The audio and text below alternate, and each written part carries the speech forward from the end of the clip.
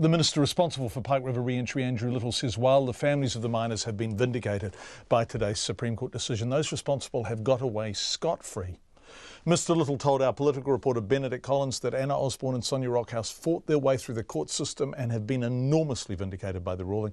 But he says it's unlikely, as Nigel Hampton said, further prosecutions will take place and there's been a real lack of justice.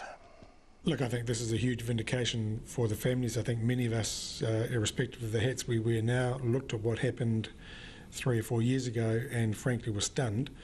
But the Supreme Court has now ruled on it. I think that's the right thing to do. The reality is practically what it means. No further prosecutions can take place. So it really means that the whole re-entry project now is going to be the next best form of justice that the families can get. Why can no further prosecutions take place? Under the health and safety legislation, they are time barred. You have to do it within a period of time after the events giving rise to the prosecution.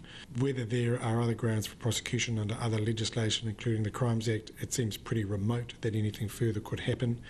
But I think the re-entry project at least gives us the opportunity to get in there, gather any other evidence, including forensic evidence that might be useful, and engage it at that time.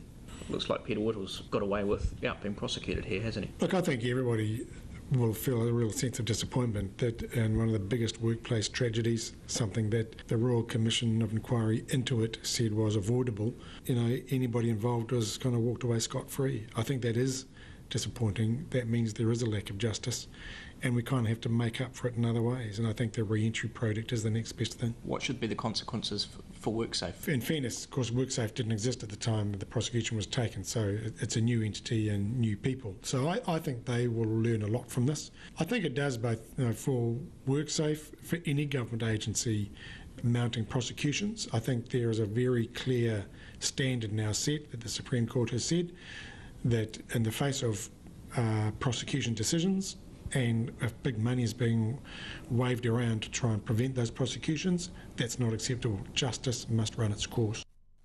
Andrew Little talking to Benedict Collins.